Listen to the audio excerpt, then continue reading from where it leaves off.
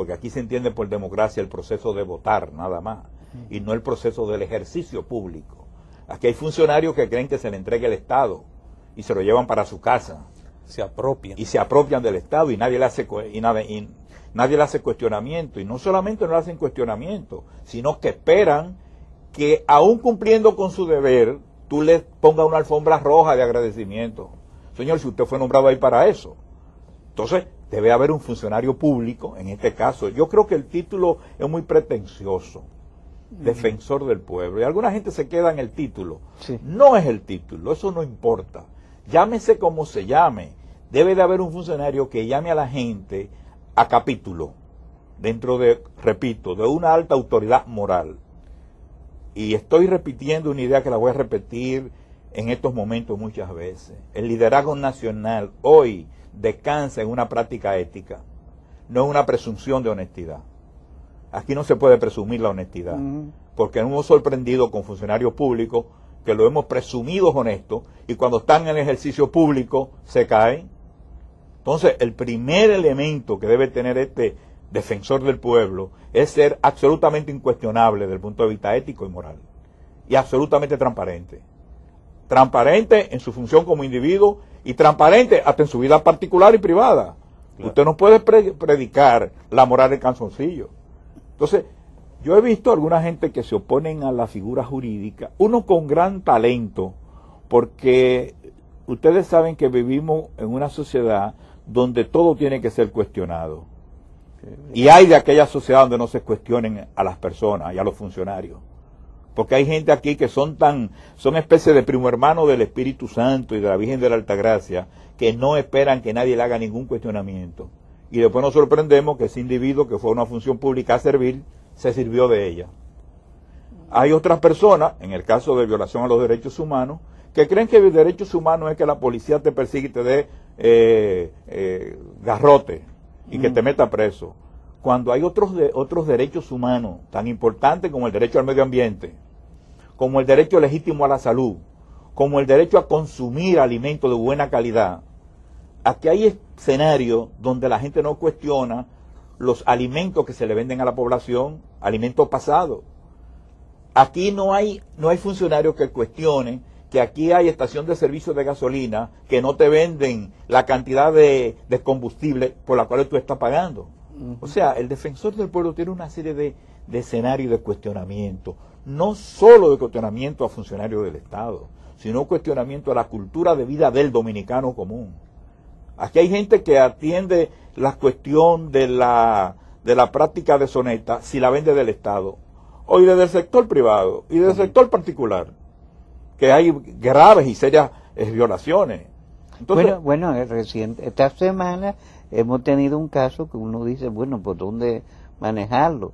Una corporación choferil se queja de que le han incautado unos vehículos porque dice la ley que se debe incautar material que está contrabando. Ellos dicen que bueno, ellos brindaron un servicio, que es otra corporación a la que se le sospechaba honestidad, entonces eso genera un conflicto. Claro. La que es propietaria de esa situación. Entonces, así es. A veces uno pregunta, bueno, alguien debe intervenir para explicar esta situación. Ese alguien debe ser un defensor del pueblo, pero hacer preguntas puntuales y cuestionamientos puntuales.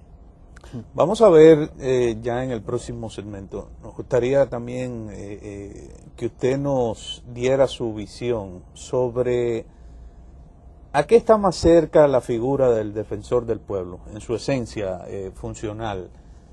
Más cerca de proteger elementos de tipo constitucional, es decir, más generales del país, o más ligado precisamente a las leyes, como lo ha visto quizás la mayoría de las personas.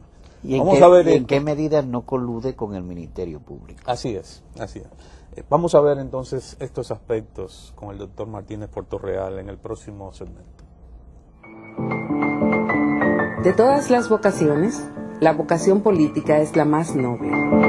De todas las profesiones, la profesión política es la más vil.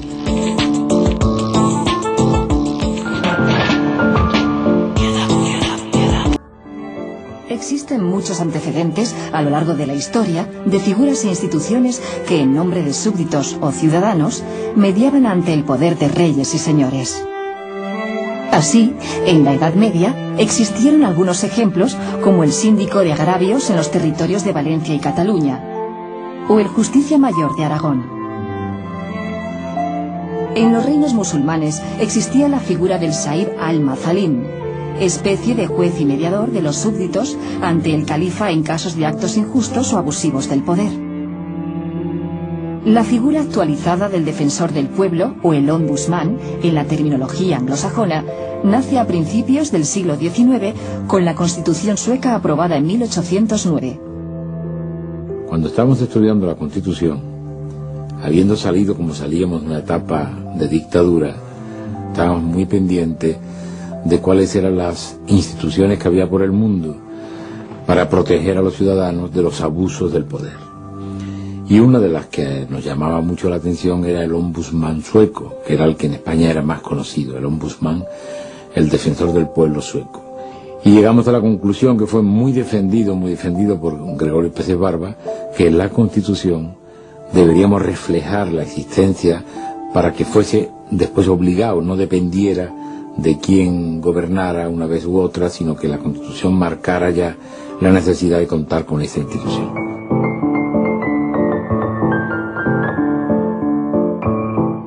Bueno, una breve reseña sobre el surgimiento de esta figura, sí. 1809, sí. En la Constitución sueca. Una exposición muy didáctica para ambientar nuestro diálogo y para edificar a nuestros televidentes. Así es. Bueno, y quedó una pregunta en el aire. La figura del defensor del pueblo, su papel principal, su labor, ¿está más cerca de la Constitución? ¿Debe estarlo?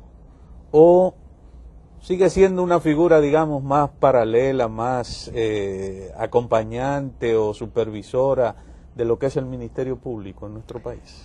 No, yo la refiero más al lado de la Constitución y del espacio de vida democrática que debe tener el país, más que un perseguidor, más que un fiscalizador para quien viole la ley. En Puerto Rico, el defensor del pueblo tiene un lema que a mí me gusta, que dice: no te quejes si no te quejas.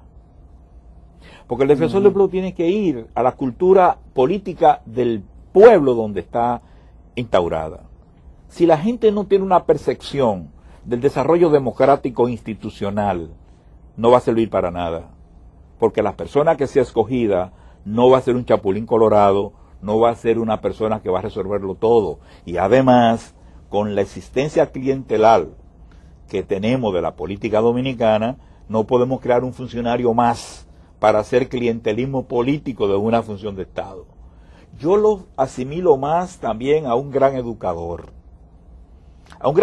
en el ejercicio público, porque yo creo que desde el ejercicio público se pueden enseñar muchas cosas. Sí, y educando en materia de derecho. Y educando en materia de derecho y educando en materia de servicios, porque para hacer funcionar el Estado. El defensor del pueblo, la ley lo dice, él mismo no tiene esa gran impronta de poner en ejecución o de someter a la justicia a una persona. No se trata de eso, se trata de que las instancias del Estado funcionen. Aquí tenemos una superintendencia de electricidad, que yo me pregunto qué es lo que hace y hacia dónde va esa superintendencia de electricidad. Tenemos una superintendencia de banco, qué es lo que hace, a quién defiende, a menos que sean los intereses de los bancarios, pero hay los intereses de los usuarios. Tenemos muchas superintendencias que tú te preguntas, bueno, ¿pero qué es lo que están haciendo? El defensor del pueblo, cuando sea instituida, no va a crear ningún otro instrumento que no sean esos que están en el marco de la ley. Y se refiere usted a la superintendencia de banco. Recientemente se planteó que los bancos, nosotros los usuarios de tarjeta de crédito, estamos siendo timados por los bancos. Y bueno, se ha emitido una resolución que eso es ilegal. Pero ¿y el dinero que se ha cobrado? En Estados Unidos se dio una situación parecida y los bancos se vieron obligados a hacer un corte y remitir una nota de crédito a diferentes usuarios sobre ese dinero que habían cobrado de manera irregular. Aquí, ¿quién se encarga de eso? Pero no solamente en esa materia.